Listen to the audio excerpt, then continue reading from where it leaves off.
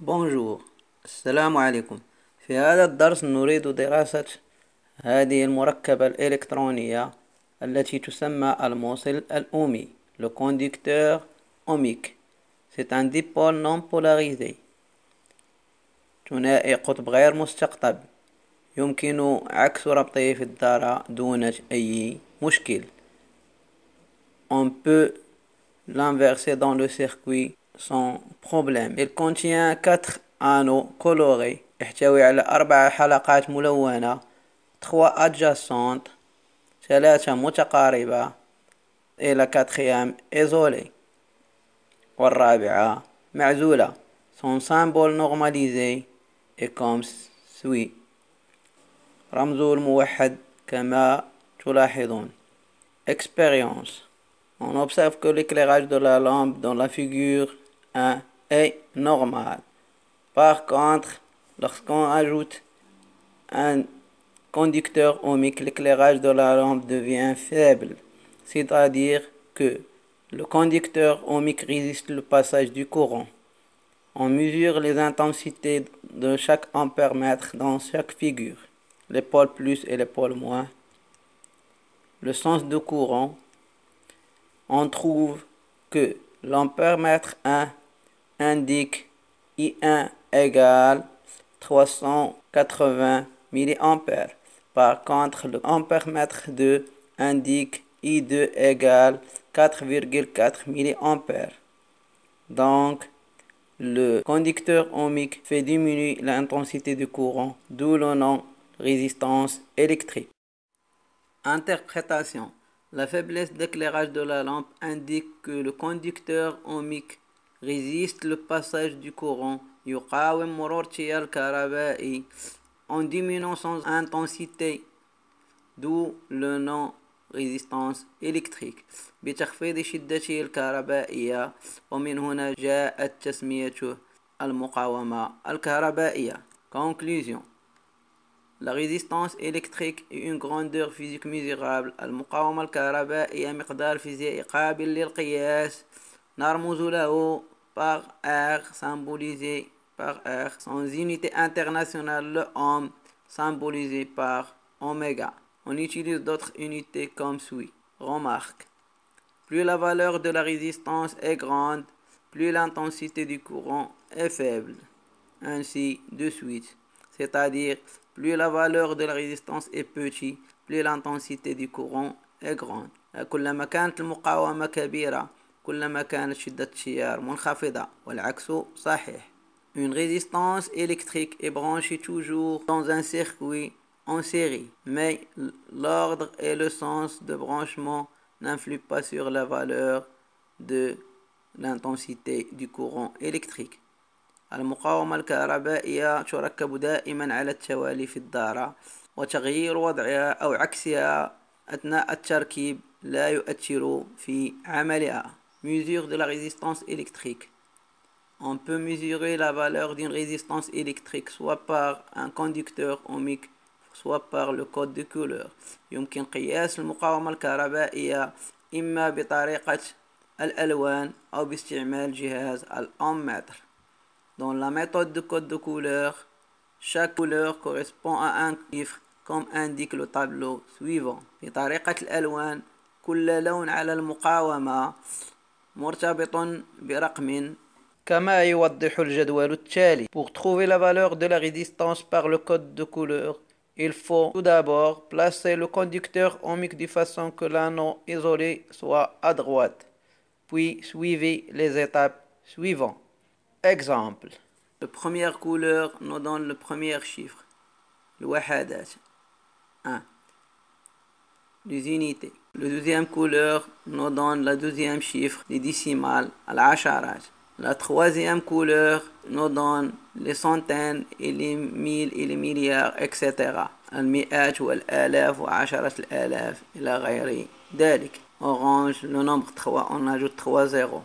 Déterminer la valeur des résistances suivantes. Le jaune, c'est le 4.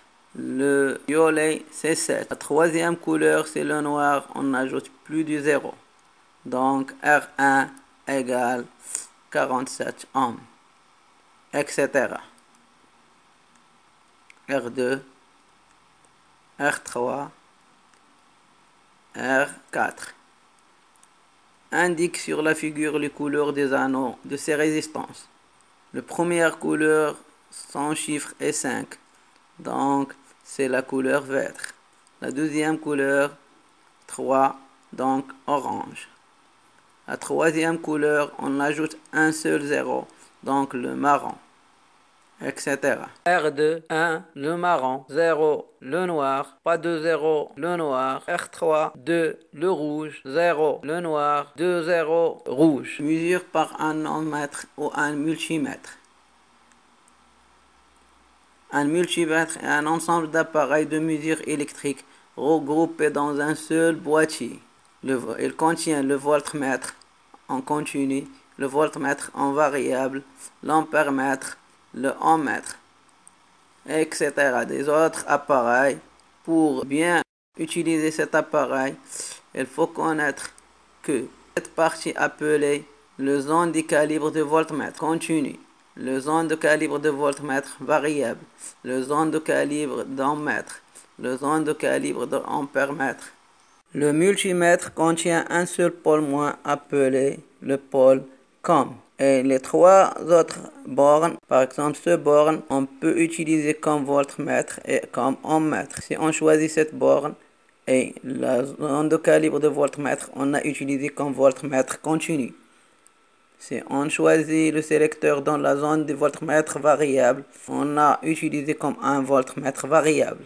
Si on choisit le sélecteur sur la zone de calibre d'ohmmètre, on a utilisé comme un ohmmètre. Pour utiliser ces appareils comme un ampèremètre, il faut choisir soit le borne milliampère ou le borne diampère avec le borne COM. Attention, il ne faut pas choisir le milliampère ou le ampère et le sélecteur dans l'un des zones de voltmètre ou le zone de ohmmètre. ainsi de suite. يتوفر الملتيمتر على قطب سالب واحد نرمز له بكوم كوما أي مشترك، والأقطاب الأخرى حسب نوع استعماله. إذا استعملنا القطب في أوميغا يمكن استعماله كجهاز الفولتمتر إذا اخترنا منطقة عيارات الفولتمتر كونتيني أو منطقة عيارات الفولتمتر متغير variable، أو كجهاز الأومتر إذا اخترنا منطقة عيارات الأومتر. ولكن إذا استعملنا المربطين ميلي أمبير أو 10 أمبير سيعمل كأمبيرمتر. في القطب ميلي أمبير يستخدم كجهاز الأمبيرمتر لقياس الشدات الصغيرة. في القطب 10 أمبير تخدم كأمبيرمتر لقياس الشدات الكبيرة. حذاري، لا يجب اختيار المربط في أوميغا وزر العيارات يوجد في منطقة عيارات الأمبيرمتر أو العكس. Pour déterminer la valeur d'une résistance par un multimètre, il faut placer le sélecteur du multimètre dans la zone du calibre des ohmmètres. Sélectionnez le calibre maximum qui est le 2 méga-ohm. Branchez le conducteur ohmique aux bornes COM et oméga. Cherchez le bon calibre pour trouver une valeur plus précise. Par exemple, par le calibre maximal, on trouve 0,09 méga-ohm, c'est-à-dire à peu près 9 kilo-ohm. Mais lorsqu'on choisit le sélecteur dans le calibre 20 kilo-ohm, on trouve une valeur plus précise, 9,93 kilo-ohm. Si le chiffre 1 point affiche le calibre est petit, on retourne au précédent. نعود للذي قبله qui est le bon calibre والعيار المناسب. La valeur finale est exprimée en unité de calibre. Par exemple, si on a le calibre en kilo-ohm, la valeur finale est en kilo-ohm. Si on a le calibre en méga-ohm, la valeur finale est en méga-ohm.